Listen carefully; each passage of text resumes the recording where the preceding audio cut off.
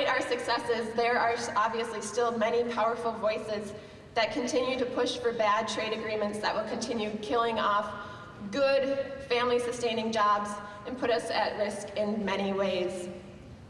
Collective bargaining, human rights, livable wages, product safety, environmental protections, and other laws put in place to safeguard our citizens.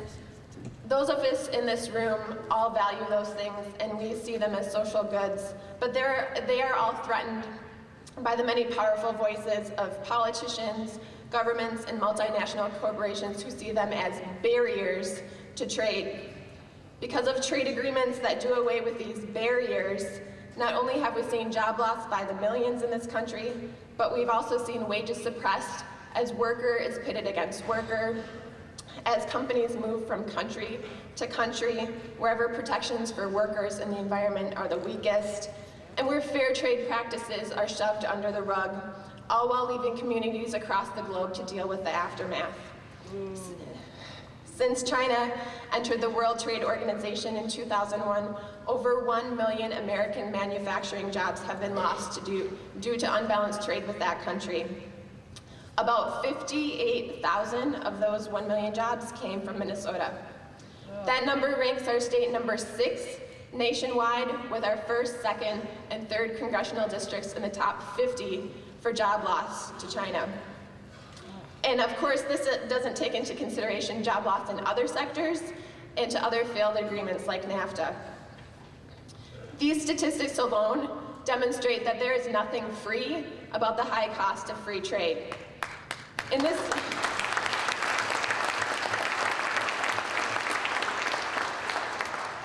this country, we will continue to see our ability to make things undermined, our future in green and high-tech jobs threatened, and workers and consumers compromised if our country doesn't change the way that we do trade. We can't continue to allow special interests to create our trade policies without regard to the people who do the work and the health of our planet. We can't continue to let our trade partners play by a different set of rules than American businesses and workers have to play by. We can make trade fair. We can make trade fair by enforcing our trade laws consistently and proactively. Next week, the U.S. House of Representatives might vote on a piece of legislation that will address our current trade balance with China. This is legislation that President Trump says can be the single most important step the U.S. government can take to create jobs at no cost to taxpayers. In this election season, we can make trade fair by supporting candidates who include fair trade commitments in their platform for job creation.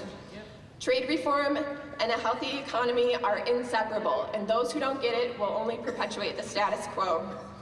We can make trade fair by holding our elected officials accountable to the people they represent. And we can make trade fair by supporting workers in the global labor movement, because we know that when they succeed, workers here will succeed.